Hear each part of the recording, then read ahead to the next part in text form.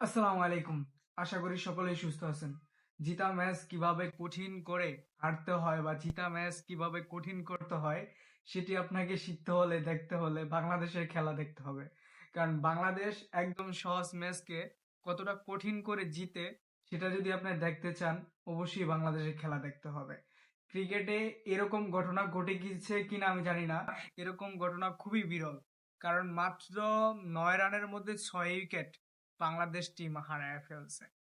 বাংলাদেশ টিমের ১১ ওভারে ছিল আপনার ১০৯ রান। সেই জায়গায় আপনার বাংলাদেশের ১১৮ রানে যা দাঁড়াইছে আপনার বাংলাদেশের ৬ উইকেটে দাঁড়াইছে ১১৮ রান। তো মাত্র ৯ রানের ভিতরে বাংলাদেশ কিভাবে ৬ উইকেট হারালো? বিষয়টা আপনাদের কাছে হানি এবং হাস্যকর মনে হলো এটা কিন্তু এটাই ঘটেছে বর্তমানে।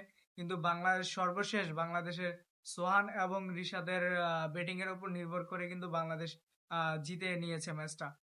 বাংলাদেশের বোলারদের অবশ্যই ক্রেডিট দিতে হচ্ছে যে বাংলাদেশের বোলাররা ১৫১ রানের মধ্যে আফগানিস্তানকে আটকে রাখতে পেরেছে এবং বাংলাদেশের ২ ওপেনারকে অবশ্যই ক্রেডিট দিতে হয়।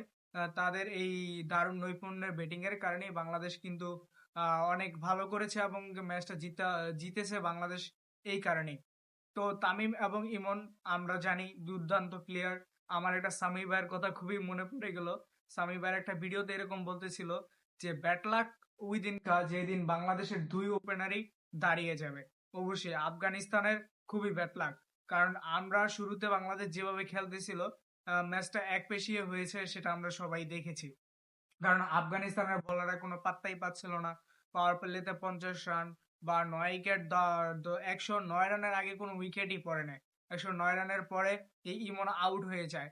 তো আমরা বিষয়টা দেখতে পাচ্ছি যে আসলেই যদি বাংলাদেশের ২ ওপেনার যদি দাঁড়িয়ে যায়, সেদিন বাংলাদেশের ২ ওপেনার কতটা ভয়াবহ হতে হয়। মুস্তাফিজুর রহমান তার কথা না বললেই নয়। তিনি রেগুলার পারফর্মার আমাদের পরীক্ষিত খেলোয়াড়। তার কথা আসলে না বললেই নয়। তিনি খুবই ২৪ রানের মধ্যে ১ টি উইকেট তুলে নিয়েছেন। তাসকিন আহমেদ খুবই খরচে ছিলেন যদিও ১ উইকেটে ৪০ রান দিয়েছেন। আর রিশাদ হোসেনের কথা বলতেই হয়। তিনি দুর্দান্ত নিজেকে প্রতিনিয়ত ছাড়িয়ে যাচ্ছে।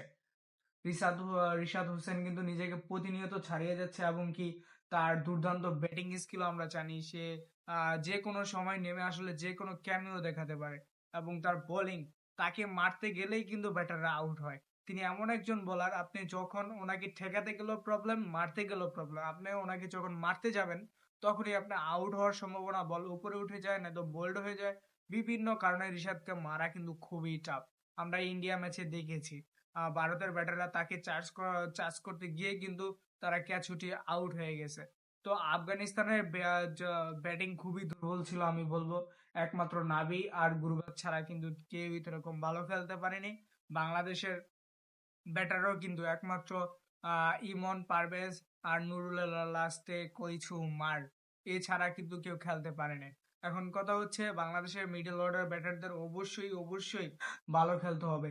আপনি ৯ রানের মধ্যে ৬ উইকেট হারালে আপনি ইন্টারন্যাশনালি টিকে থাকতে পারবেন না। এটা খুবই একটা কি বলবো বাংলাদেশে এটা একটা লজ্জার রেকর্ডও হয়েছে মেবি। ৯ রানের মধ্যে এর আগে কোনো দলের গিয়েছে কিনা ৯ রানের মধ্যে ৬ উইকেট আমার জানা নেই। তো বিষয়টা আমি দেখতেছি যে আসলে আমার মনে হয় এটা একটা খুবই লজ্জার একটা ক্রিকেটের জন্য।